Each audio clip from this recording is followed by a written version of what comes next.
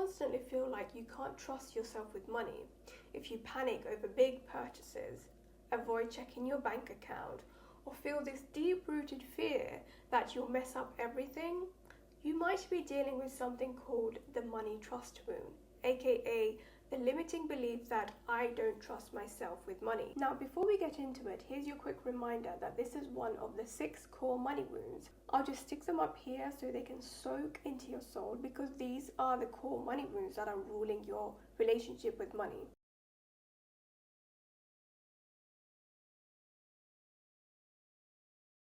Now let's zoom in on the 4th one, because the money trust wound is subtle, sneaky, and incredibly common. This isn't just about bad money habits. It's about a deep belief, conscious or not, that you can't be trusted with money. That if left to your own devices, you'll screw up, you'll overspend, invest in the wrong things, mismanage it, or lose it. And when that belief is living in your subconscious, you start acting like someone who can't be trusted. You might constantly ask others for advice before making a financial decision. You might offload all responsibility to a spouse, advisor, or even a TikTok finance guru who tells you to buy silver, start a vending machine empire, or sell your socks online. Or you just avoid it completely. Don't check your balance. Don't open statements. Don't make any moves unless someone else gives the green light. Sound familiar? And here's the kicker.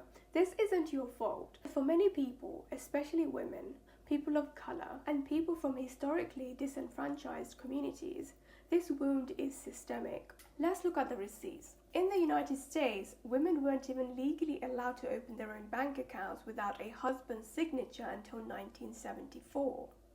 That's not ancient history. That's your mother, your grandmother, or maybe even you, depending on where you live. People of color routinely got denied access to bank accounts, loans, mortgages, unless a white person co-signed. And guess what? Lending discrimination is still alive and well. So when a bank, a system, or financial institution tells you you're not eligible, the subliminal message is pretty clear. You're not trustworthy with money.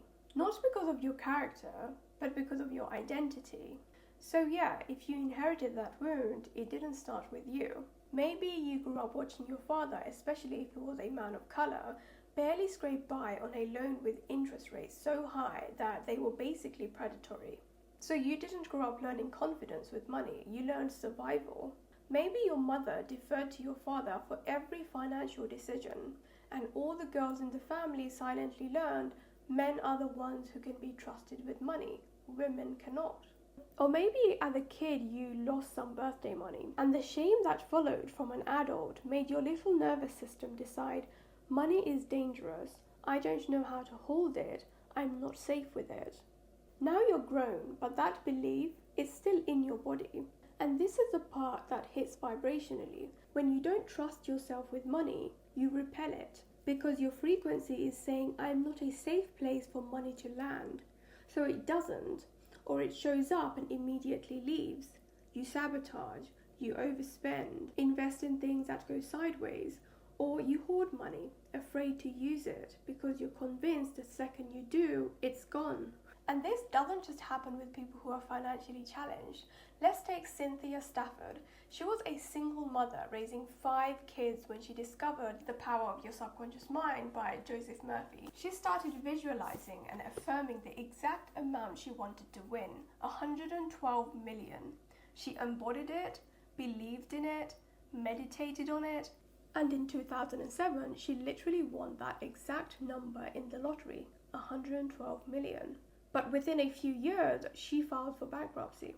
This isn't about shame, it's about the truth. Manifestation can bring the money in, but if you don't trust yourself to hold it, you'll find a way to let it go.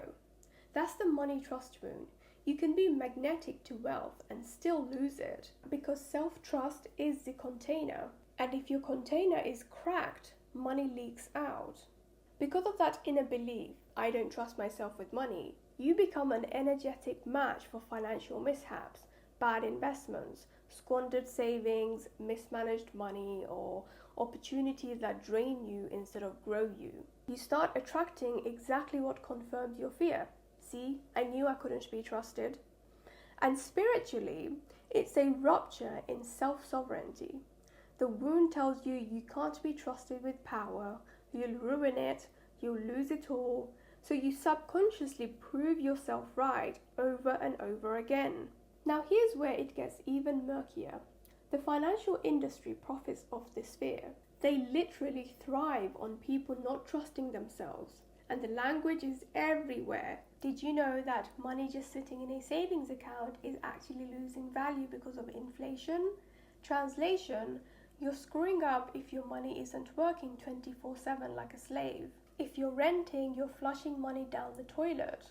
Translation, you're failing if you don't own property. Oh, and if you buy a house, that might be a bad move too, because if all your money is tied up in home equity, you're in trouble. So now everything is wrong. It's like a maze of subliminal messages that say, you're messing this up. Whatever you're doing is not the right thing, which basically keeps you stuck in analysis paralysis, doubting every move, waiting for a financial messiah to just handle it for you. And what does this do?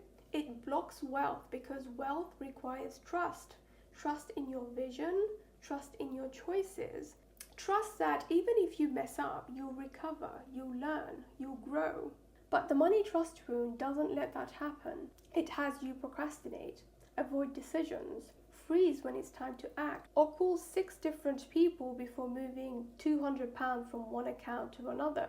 It might even show up as being amazing at everyday budgeting, but totally terrified of big purchases, investing, or scaling your business, because those things feel risky. Why?